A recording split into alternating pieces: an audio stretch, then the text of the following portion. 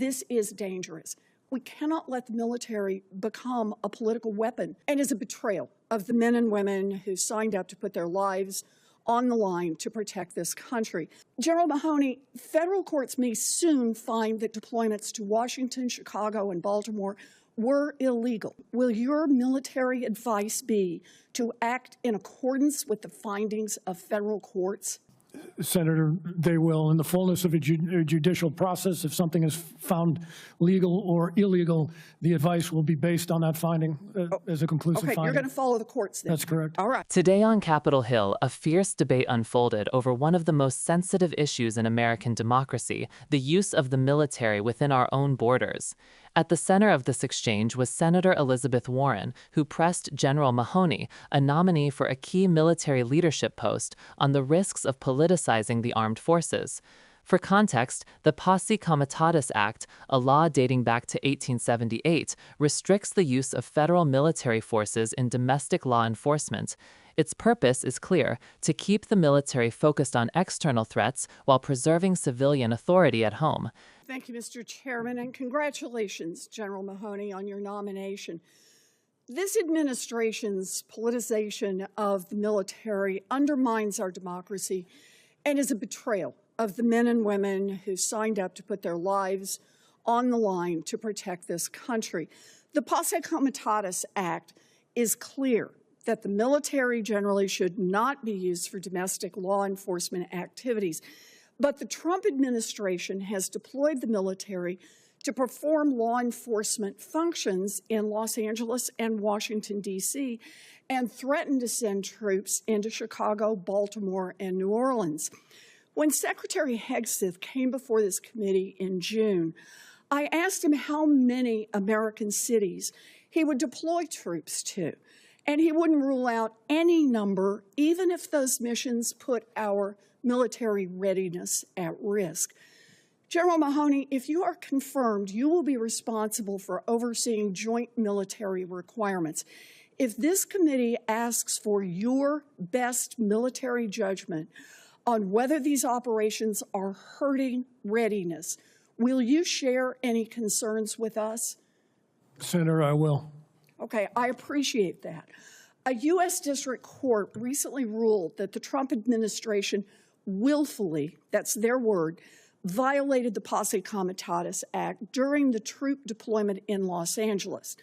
Arrests and detention should only be performed by civilian law enforcement, not the military. But the court found both bystanders and federal agencies, including the military commander, were unable to distinguish the members of the military from federal law enforcement agencies. General Mahoney, federal courts may soon find that deployments to Washington, Chicago, and Baltimore were illegal.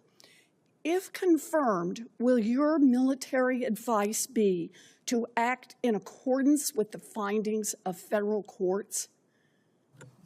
Senator, they will. In the fullness of a judicial process, if something is found legal or illegal, the advice will be based on that finding as a conclusive finding. Okay, you're going to follow the courts then. That's correct. All right. So earlier this year, the Trump administration took $1 billion that Congress had appropriated for barracks renovations and redirected that money for border operations. This is funding meant to address barracks that have become completely unlivable, places with overflowing sewage and fire systems that don't work. You provided testimony to the Readiness Subcommittee earlier this year that investing in quality of life, quote, specifically our barracks for our Marines, close quote, are key investments, quote, if we are going to count on them to generate a lethal force.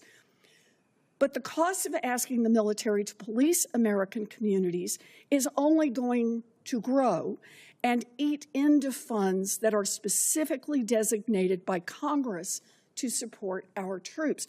So, General Mahoney, will you commit to providing this committee with your best military advice if you believe that funding is being moved without congressional authorization in a way that undermines service members' quality of life? Senator, I commit to giving you my best military advice on all issues, this one included. I appreciate that.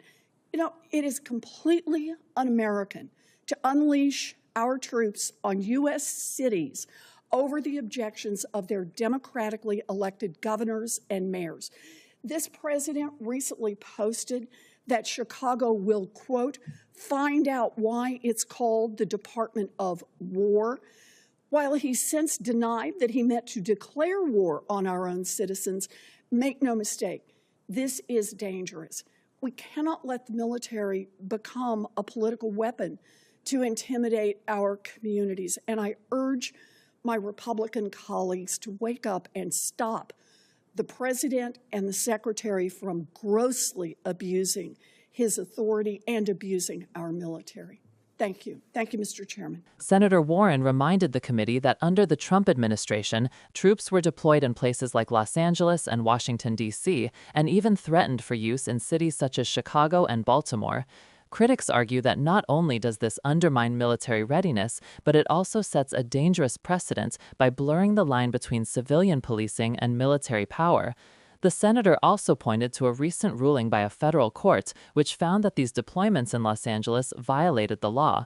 According to the court, confusion on the ground made it nearly impossible to distinguish federal law enforcement officers from active duty military personnel. That confusion matters because, under the law, the military simply should not be detaining citizens or acting as police. If further courts determined the deployments in Washington or Chicago were illegal, General Mahoney pledged that his advice to military leadership and lawmakers would be grounded firmly in those judicial findings. Beyond the legality, Senator Warren raised another practical concern: money.